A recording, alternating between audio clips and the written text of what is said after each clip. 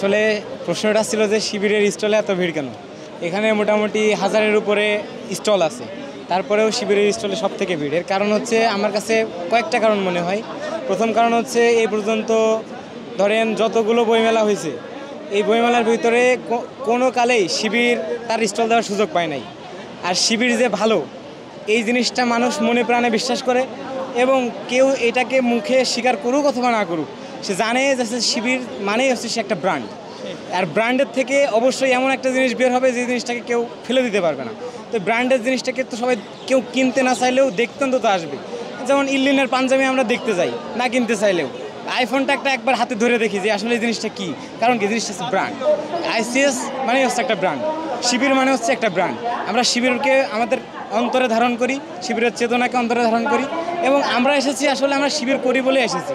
কিন্তু এখানে এসে দেখছি প্রত্যেকটা সাধারণ মানুষ এই শিবিরের ভিতরে আসছে, শিবিরকে দেখছে, শিবির যে কত আদর্শ একটা সংগঠন সেটাকে বোঝার চেষ্টা করছে। বাংলাদেশের অন্য কোনো আদর্শ সংগঠন নেই যে সংগঠনটা বোঝাতে পারবে যে আমরা এই জায়গা থেকে আদর্শবান। যতগুলো সংগঠন আছে সবাই মানুষ চেনে যে আসলে কতগুলো সংগঠন আছে, কতগুলো দল আছে, কতগুলো মত আছে, কতগুলো পন্থা আছে, পথ আছে, কিন্তু মানুষ কোনো দিকটাই গ্রহণ করে নাই। কারণ মানুষ জানে যে এই জায়গায় গেলে আমার এই বিপদটা হবে। কিন্তু শিবিরের কাছে মানুষ একটা আশ্রয়ের জায়গা খোঁজে, একটা ভালোবাসার জায়গা খোঁজে। এই ভালোবাসার টানেই মানুষ মানুষের কাছে চলে আসে, এই ভালোবাসার কারণেই মানুষ মানুষের কাছে ফিরে আসে। এই কারণেই শুধুমাত্র শিবিরকে মানুষ ভালোবেসে এই জায়গায় দেখতে আসছে। দেখেন অন্য কোনো স্টলে এত ভিড় নাই। আপনার কাছে, আপনিও আমার কাছে প্রশ্ন করেছেন এইটাই, আর আমিও এইটাই জবাব দিলাম। আশা করি সবথেকে সুন্দর উত্তরটাই পেয়েছি।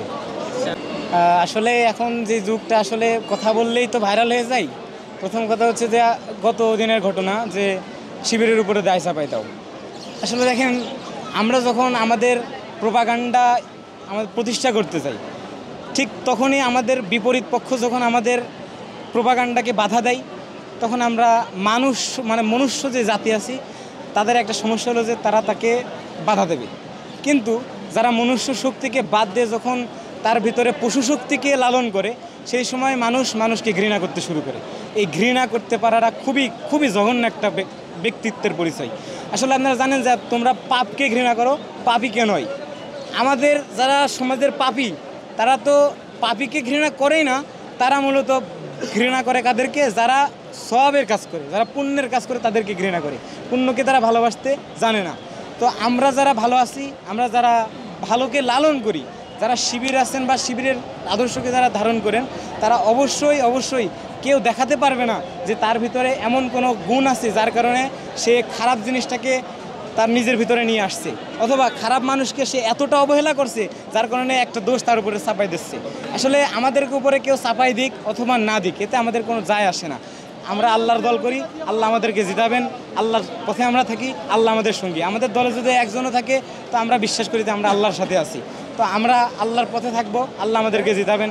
যদি চান যে তিনি আমাদেরকে উঠাই নেবেন তো উঠাই নেবেন, কোনো সমস্যা নেই। কিন্তু আমাদের জীবনে প্রেরণা একটাই, যে আমরা আল্লাহর দলের সঙ্গী ছিলাম, এটাই হচ্ছে আমাদের প্রেরণা। কিন্তু এই দুনিয়ায় থেকে মনুষ্যজাতির নিচে চলে গিয়ে মানুষের উপর দোষের চাপা দিয়ে নিজের ক্ষমতাকে প্রতিষ্ঠা করার চেতনা দিয়ে যদি আমরা চিন্তা করি যে আমি এই দুনিয়ার 50-60 বছরের জীবনে এত কিছু করে ফেলবো, আসলে হিটলার তো চলে গেছে। হিটলার চলে যাওয়ার পরে তার জীবনে কেউ কোনোদিন ভালো কথা বলে না। এই জীবনে যত ফেরাউন ছিল সবাই চলে গেছে, সবার জীবনে একটা হায়াত ছিল, সেটা শেষ হয়ে গেছে। সবাই ঘৃণাই করে গেছে। মানুষের কাছে তার কোনো মূল্য নেই। আমরা শুধুমাত্র আল্লাহকে ভালোবাসি। আল্লাহ আমাদেরকে যে সম্মান দেবেন সেই সম্মানের জন্য আমরা কাজ করি। এতে আমাদের কোনো মানুষ আমাদের উপর দেয় চাপালো বা না চাপালো, এটা আমাদের কিছু মনেই হয় না।